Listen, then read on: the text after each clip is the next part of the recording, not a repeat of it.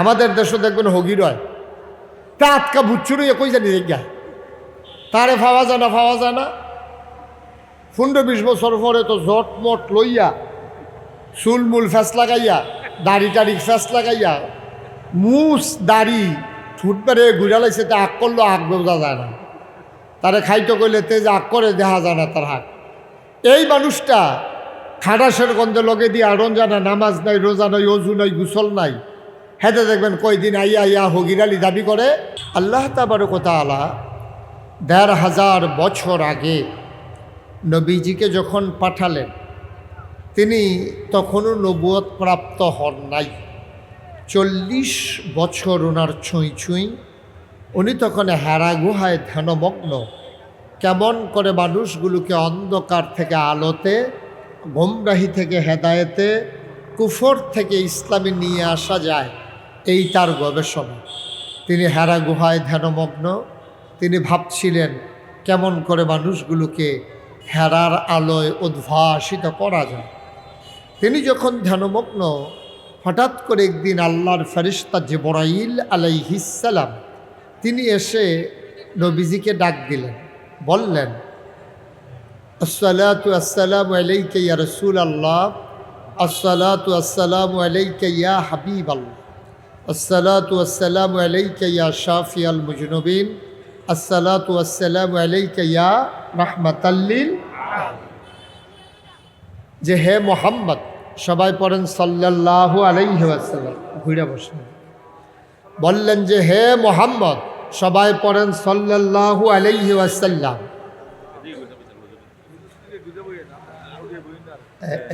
ঘুরে বসেন, পড়েন আলহামদুলিল্লাহ। তো নবীজিকে এসে ডেকে বললেন ও মোহাম্মদ। নবীর নাম শুনলে কি পড়তে হয়? আমরা এখনো জানি না এটা, না কি পড়তে হয়? 2-1 বার না বারবার, 2-1 দিন না প্রতিদিন, 2-1 সপ্তাহ না প্রতি সপ্তাহ, 2-1 মাস না 12 মাস, 2-1 বছর না সারা জীবন আমরা পড়ব সাল্লাল্লাহু আলাইহি। শুধু মাইক দেন, শুধু মাইক দেন। অতবার যদি বইলা মাইক ঠিক করানো লাগে তো মাইক চালাইবে, তা আমি চালাইতাম, এটাই ভালো আছে। পড়েন আলহামদুলিল্লাহ। তো যখন ডাক দিলেন, ঠিক আছে ওকে ফাইন, এই কথাটাই বুঝাইতাম বললাম রাত কোন লাগাইয়া। ডেকে বললেন ও মোহাম্মদ, আজকে থেকে আপনি মোহাম্মদ ইবনে আবদুল্লাহ নন। ওনার আব্বার নাম ছিল আবদুল্লাহ। মক্কা এভাবেই পরিচয় হতো, সন্তানের নাম বাবার নাম মিলাইয়া। বলছে আজকে থেকে আপনি মোহাম্মদ ইবনে আবদুল্লাহ নন, আজকে থেকে আপনি মোহাম্মদুর রাসূলুল্লাহ সাল্লাল্লাহু আলাইহি ওয়াসাল্লাম। আল্লাহর নবী তিনি ভীত সন্ত্রস্ত হয়ে গেলেন, ভয় পেয়ে গেলেন। তিনি দৌড়ে দৌড়ে পাহাড় ছেড়ে, ওই হেরা গুহা ছেড়ে আমার আম্মাজান খাদিজা রাদিয়াল্লাহু তাআলা আনহার দরবারে এসে হাজির হয়ে গেলেন। ভয়ে কম্পমান, তিনি ভীত সন্ত্রস্ত, তিনি কাঁপতেছিলেন। আম্মাজান খাদিজা উনি ছিলেন প্রভাবশালী মহিলা, ওনার অনেকগুলো প্রভাব ছিল। 1 নম্বরে তিনি ছিলেন তোয়াহারা, তিনি পবিত্রা ছিলেন। সে জাহেলিয়াতের জামানায় তাকে কোনো পাপ, কোনো কুলুষতা তাকে তার চরিত্রের সাথে মিশতে পারে নাই। এটা উনি এই কারণে ওনার এলাকার পরিবারের মানুষের কাছে তিনি ছিলেন খুব সম্মানিতা। তারপরে উনি এর আগে 2 জন স্বামী ছিল, ওনারা 2 জন খুব ধনী মানুষ ছিলেন। ওনাদের কাছ থেকে উনি অনেক টাকার মালিক হয়েছেন। আবার ওনার বাবা তিনিও ছিলেন বড় ব্যবসায়ী, ওনার কাছ থেকে টাকার মালিক হয়েছেন। 3 কারণে উনি ধনী মহিলা ছিলেন। তো নবীজি যখন দিন প্রাপ্ত হলেন, হেদায়েত প্রাপ্ত হলেন, তখন আল্লাহ রসুল সাল্লাল্লাহু আলাইহি ওয়াসাল্লামকে যখন আম্মাজান আয়েশার খাদিজার কাছে গেলেন, খাদিজা বললেন কেউ কি আপনাকে কিছু বলছে? নবীজি বললেন না, কেউ কিছু বলে নাই। তবে আল্লাহর ফেরেশতা জিবরাইল উনি এসে বলেছেন আমি নাকি নবী। সুবহানাল্লাহ বলবেন না? আমি নাকি কথা কথা আমি নাকি আম্মাজান আয়েশা আম্মাজান খাদিজা রাদিয়াল্লাহু তাআলা আনহা একবার জিজ্ঞেস করলেন না আপনি কবে থেকে নবী, আপনি কেন নবী, কে বানিয়েছে আপনাকে নবী? তিনি কোনো জবাব শুনতে চাইলেন না। আম্মাজান খাদিজা রাদিয়াল্লাহু তাআলা আনহা বলেন যে আপনি অবশ্যই নবী। সবাই একটু আওয়াজ দিয়ে বলতে হবে, বলেন দেখি সুবহানাল্লাহ। আরো জোরে বলেন সুবহানাল্লাহ। আপনি অবশ্যই নবী, এতে কোনো সন্দেহ নেই। আম্মাজান খাদিজা যখন এই কথা বললেন, নবীজি বললেন খাদিজা তুমি যে বললা আমি নবী, আমি বলছি আমি নবী, আর তুমিও বলে দিয়েছ আমি নবী, তুমি বুঝলা কেমনে আমি যে নবী? সুবহানাল্লাহ বলবেন না? তুমি কেমনে বুঝলা আমি নবী? চার কারণে আপনি নবী। কয় কারণে? কথা কথা কয় কারণে? সবাই জুড়ে বলেন কয় কারণে? চার কারণে আপনি নবী। চারটা কারণ আপনার মাঝে আছে যেই কারণে আমি আপনাকে নবী বলেছি। এক নম্বরে আপনি হলেন এই জন্য নবী যেহেতু আপনি কখনো ওয়াদা খেলাফ করেন না। সুবহানাল্লাহ বলবেন? আপনি যখন যেই ওয়াদা করেন কখনো ওয়াদা খেলাফ আপনি করেন, এক নম্বর। দুই নম্বরে আপনি কখনো আমানতের খেয়ানত করেন না। তিন নম্বরে আপনি কখনো আত্মীয়তার সম্পর্ক ছিন্ন করেন না। চার নম্বর আপনি কখনো কোনো মানুষকে খালি হাতে ফিরাই দেন না।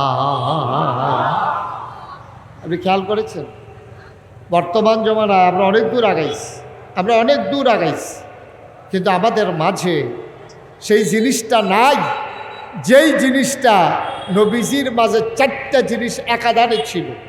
তিনি আমানতের খেয়ানত করেন না, তিনি ওয়াদা খেলাফ করেন না, তিনি কখনো আপনার খালি হাতে কাউকে ফিরাই দেন না, আত্মীয়তার সম্পর্ক ছিন্ন করেন না।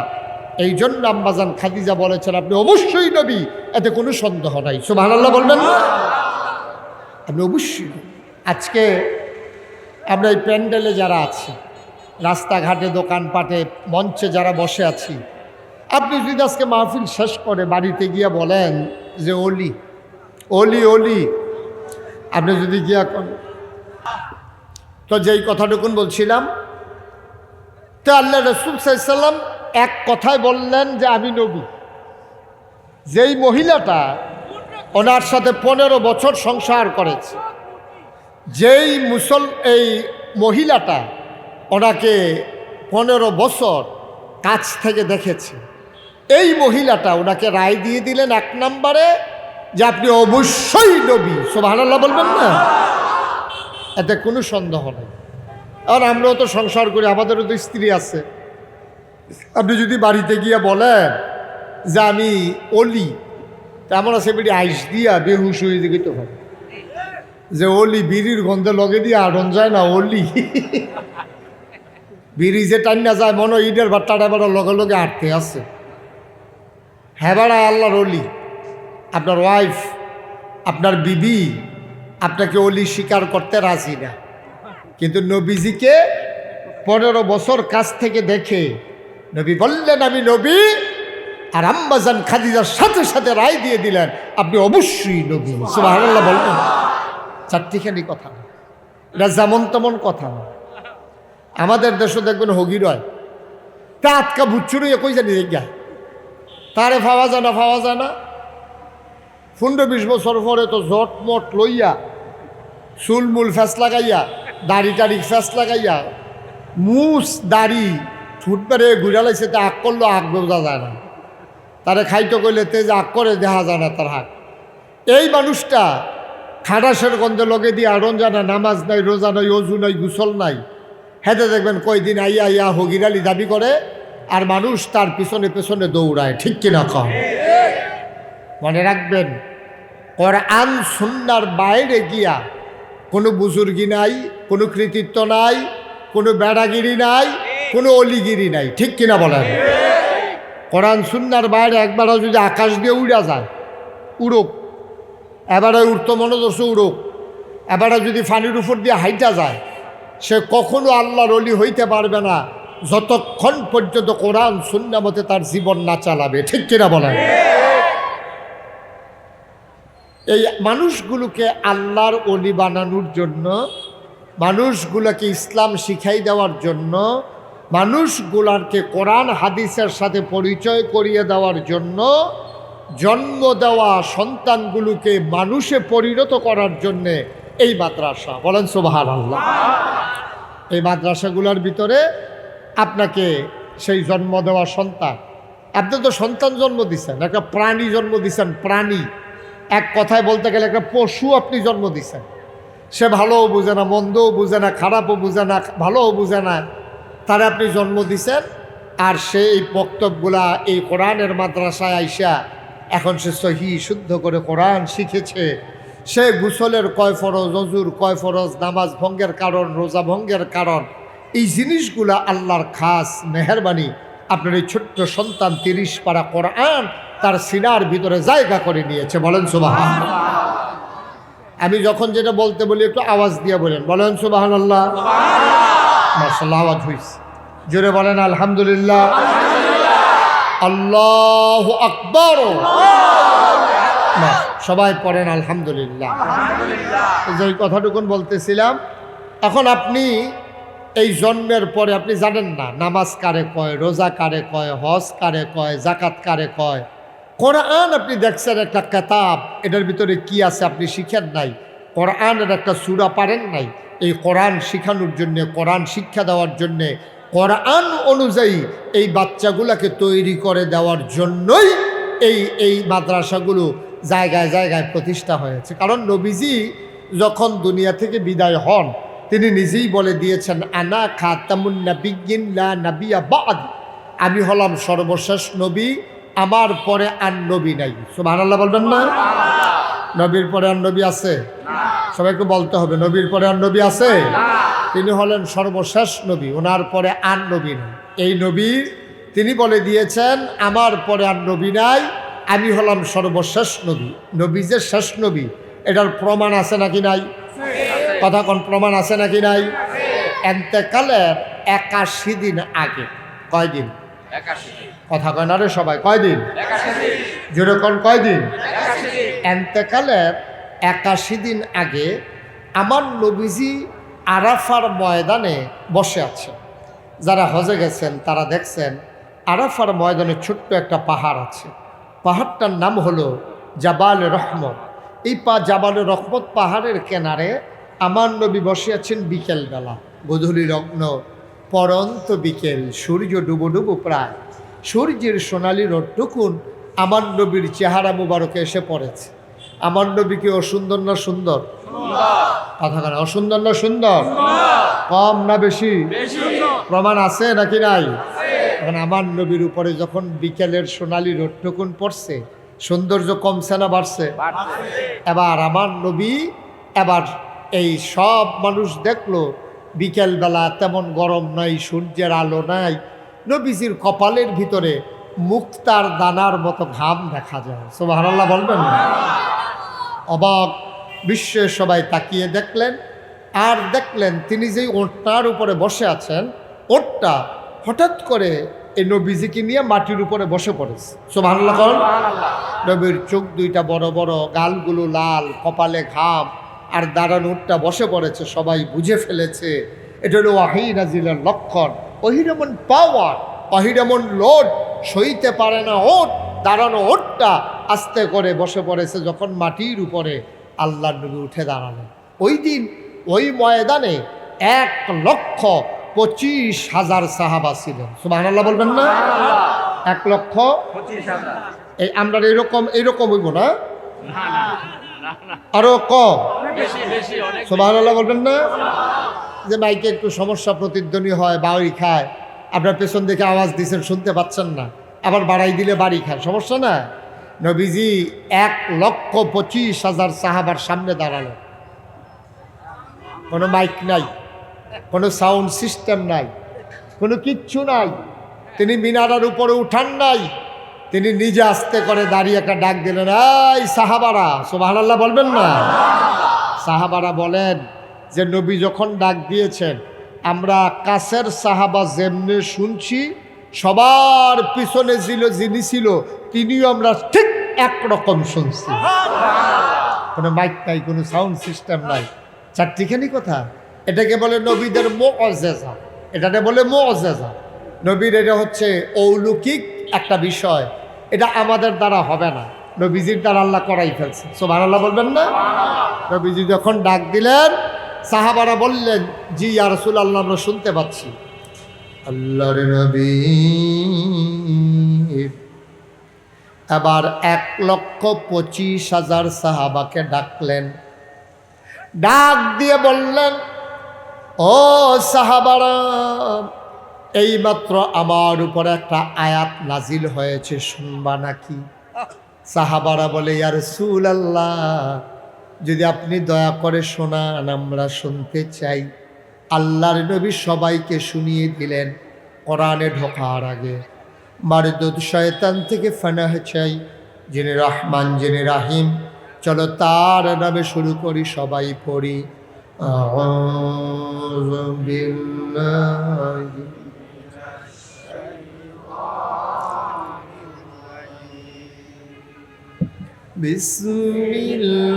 বিসমিল্লাহির রাহমানির রাহিম। আল-ইয়াওমা আকমালতু লাকুম দীনাকুম ওয়া আতমামতু আলাইকুম নি'মাতি ওয়া রাদিতু লাকুমুল ইসলাম দীনা। সুবহানাল্লাহ বলবেন না?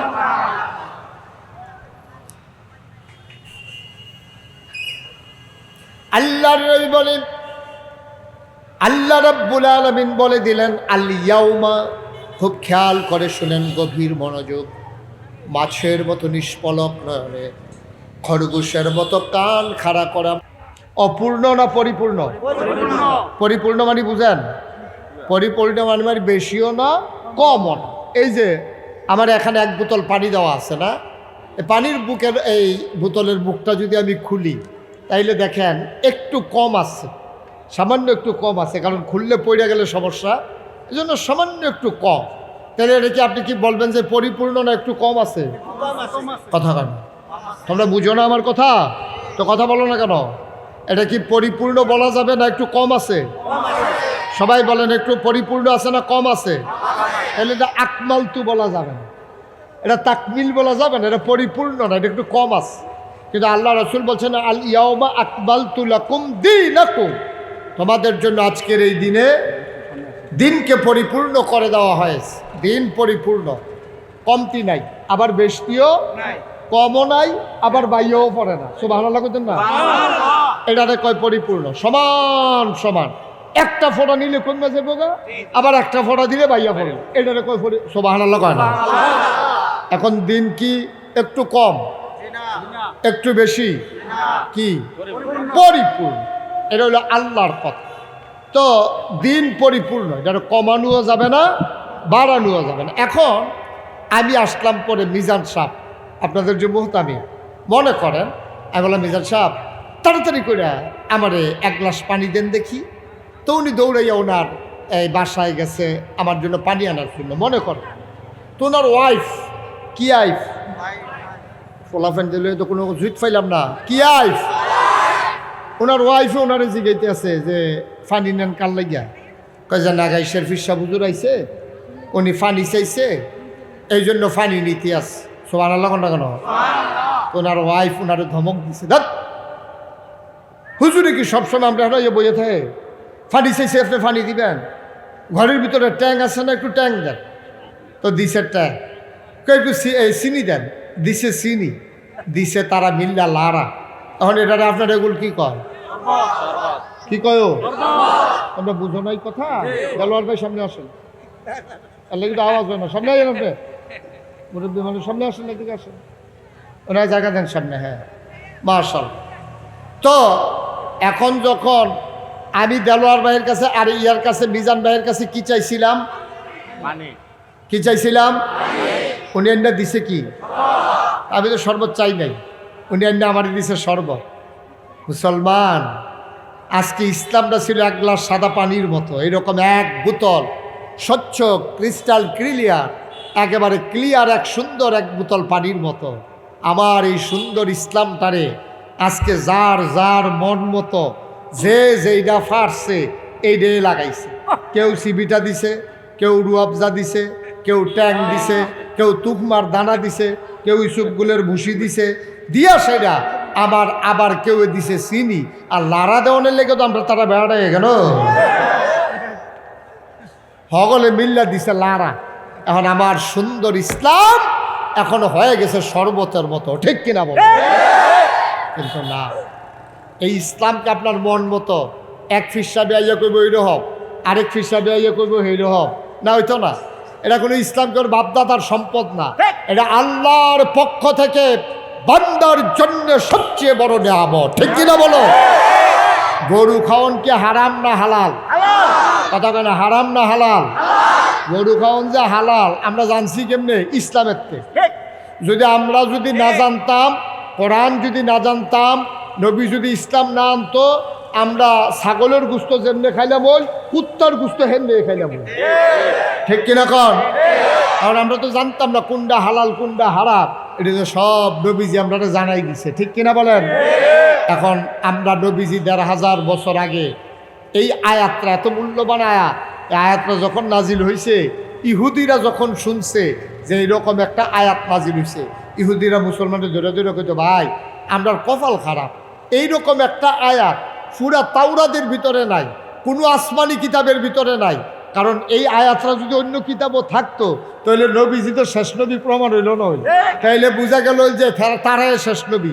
এই নবীজি যে শেষ নবী, এই আয়াতটা হইল তার অন্যতম প্রমাণ। ইহুদিরা কইতো যে ভাই তোমরা এই আয়াতটা পুরা তাওরাতরা, ইনজিলটা, জাবুরটা, কোরআনটা সব আসমানি কিতাব এক পাল্লাতে রাখলে এই আয়াতটার এক পাল্লায় দিলে এই আয়াতটার ওজন বেশি হয়ে যাবে। আমরা যেই দিন এই আয়াতটা পাইছো তোমরা তো এটার মর্ম বুঝছো না, আমরা এটার মর্ম বুঝছি। আমরা এই আয়াত নাজিলের দিনটারে আমরা ঈদের দিন বানাইলে বলি, এমনি আইস দিয়া থাকে সুবহানাল্লাহ কইয়া না, এই জায়গার যে সুবহানাল্লাহ কোন লাগবে এবার ও হনও বুঝা নাই, আর বুঝবো কবে শেষ তো টেম্পারো তো নাই আর। হ্যাঁ, এই দিনটারে আমরা ঈদের দিন বানাইলে বল, এটা কি গুরুত্ব তো হইলো কম না বেশি? কত বেশি কথা, কত বড় কথাটা কইছে যে আয়াতের নাজিলের দিনটারে আমরা ঈদের দিন বানাইলে এত একটা দামি কিতাব, আসলেও দামি আয়াত, আসলেও এটা দামি আয়াত, এটা অনেক দামি আয়াত। দিনকে পরিপূর্ণ করে দেওয়া হয়েছে, এটা চারটিখানি কথা না, দিন আজকে পরিপূর্ণ, এটারে কমানোরও কোনো সুযোগ নাই, বাড়ানোরও কোনো।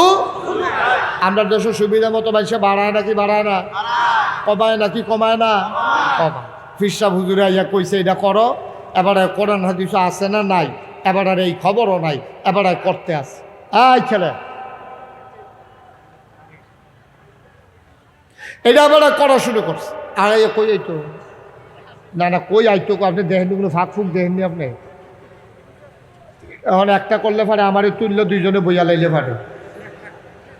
তারপরও তারা যখন কইছে আমি কই ফাললে কিন্তু রাখবে যাইয়েন, লোকজন জায়গা নাই, এটা তো আমি মাহফিল রাখার সময় কইছিলাম, তো কথা না শুনলে আমি কিছু করা, আমি তো জানতাম এখানে জায়গা হবে না, এটা হওয়ার মতো জায়গাও না, ছোটো একটা জায়গা। যাদের সামনে ফাঁকা জায়গা আছে একটু আগান, একটু দয়া করে একটু আগান, আর একটু আগান, সামনে আগান।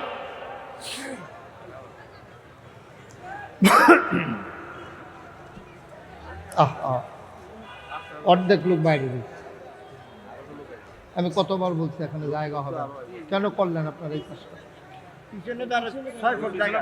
হ্যাঁ, মাঝখানে অনেক জায়গা পা, আপনাকে বালিশ লয়ে গিয়ে চালান, ফাঁক জায়গা যখন রয়েছে দেখেন 2-3 জন হতাই দেওয়ান জানি দেখেন। সামনে আসেন, হুজুরে কইছে মাঝখানে বিলে অনেক জায়গা, আসেন, ফাঁকা রাইখান না কেউ, দয়া করে সবাই সামনে চলে আসেন, সামনে চলে আসেন। একটুও দেরি করেন না, সবাই আসছেন, তাড়াতাড়ি করেন। মাশাল্লাহ মাশাল্লাহ মাশাল্লাহ। এই রাস্তার সাইডের পর্দাটা খুলে দেওয়া যায় না মিজান সাহেব? এটা খুলে দেওয়া যায় কিনা দেখেন, যদি খুলে দেওয়া যায় দিক দিয়েও কিছু লোক দাঁড়াইতে পারবে। থাক, হ্যাঁ হ্যাঁ, আর বিরক্ত করেন না, যখন যেটা বলা দরকার এটা কইয়েন। মাহফিলটা তো ধুম ধরাই লইছেন, সকলে মরহুম মাহফিল বানাই লইছেন। একটু আওয়াজ দিয়েন, কন সুবহানাল্লাহ, মোটামুটি আওয়াজ বলেন আলহামদুলিল্লাহ। বাচ্চারা তো আওয়াজ দিলে আরো বেশি হওয়ার কথা। এই সাইডো ফাইল খালি সকর বগর চায়, কিতা করে কি এটি বুঝলাম না কিচ্ছু। শুধু আমার দিকে তাকাই থাকো, বলেন আল্লাহু আকবার। সবাই কন আমিন, জোরে কন আমিন। তো যেই কথাটা বলতেছিলাম, দিন কি অপূর্ণ না পরিপূর্ণ, কমতি আছে না সমান সমান?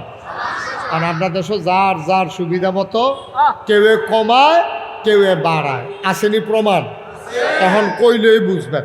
এখন আমি কমু তো, কইলে আপনি বুঝবেন কেমনে কমায় কেমনে বাড়ায়।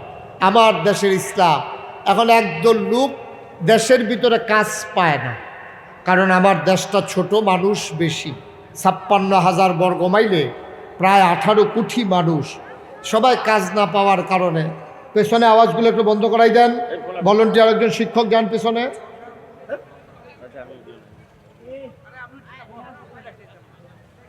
জি, তো যেই কথাটা বলতেছিলাম, এখন এবার থামাইতে গেছে।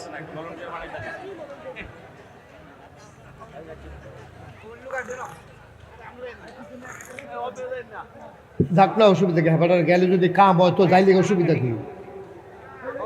কাম মন দিয়ে না কথা, এবার আপনাকে 15-20 বার যাবে, আপনার সমস্যা কি? মাশা, জি ঠিক আছে। এটা করতে করতে তো টাইমের শেষ হয়ে যাবে, কতক্ষণ পরে থাকবে আমি নাই।